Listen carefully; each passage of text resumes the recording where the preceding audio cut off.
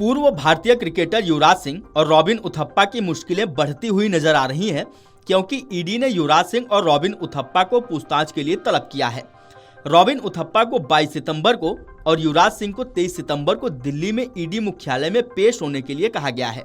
आपको बता दें कि यह मामला ऑनलाइन सट्टेबाजी ऐप से जुड़े मनी लॉन्ड्रिंग केस से संबंधित है। रॉबिन उथप्पा एशिया कप 2025 की कमेंट्री का हिस्सा है। इस केस में अब तक 4 पूर्व भारतीय क्रिकेटर दिल्ली में तलब किए जा चुके हैं।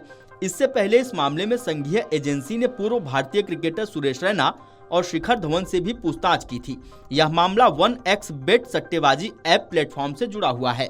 पूछताछ के दौरान ईडी यह समझना चाहती है कि क्रिकेटरों की 1xBet ऐप में क्या भूमिका रही है या संबंध रहे हैं। ईडी यह जांच कर रही है कि क्या युवराज या उथप्पा ने इस बेटिंग ऐप के प्रचार में अपनी छवि का इस्तेमाल किया और इसके बदले कोई भुगतान लिया या नहीं। पूछताछ धन शोधन निवारण अधिनियम यानी PMLA के तहत की जा रही है और उथप्पा युवराज के बयान भी इसी अधिनियम के तहत दर्ज किए जाएंगे। इस अवैध नेटवर्क में ईडी उनके किसी भी वित्तीय या गैर वित्तीय साझेदारी का पता लगाने की कोशिश कर रही है। इस केस में सोमवार को पूर्व तृणमूल कांग्रेस सांसद और अभिनेत्री मिमी चक्रवर्ती का भी बयान दर्ज किया गया। मंगलवार को बंगाली अभिनेता अंकुश हाजरा ने इस मामले में ईडी के सामने पेश होकर अपना बयान दर्ज कराया।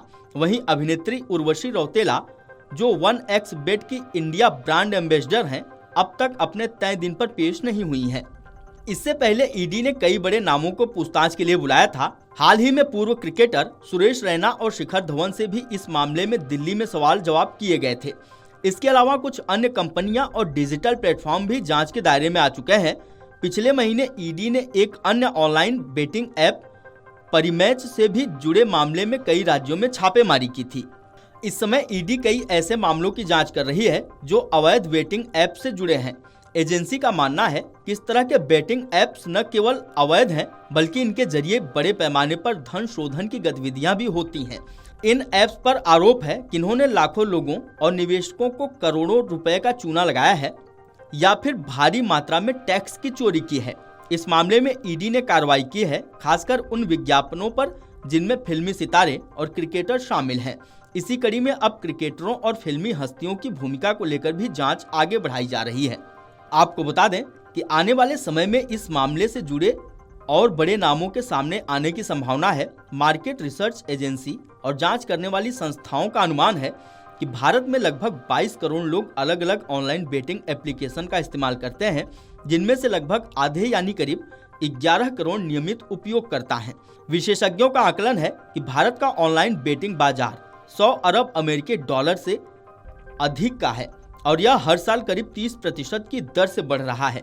इसके अलावा सरकार ने संसद को जानकारी दी कि साल 2022 से जून 2025 के बीच 1524 निर्देश जारी किए गए, जिनमें ऑनलाइन बेटिंग और जुआ खेलने वाले प्लेटफॉर्म को ब्लॉक करने का आदेश दिया गया है।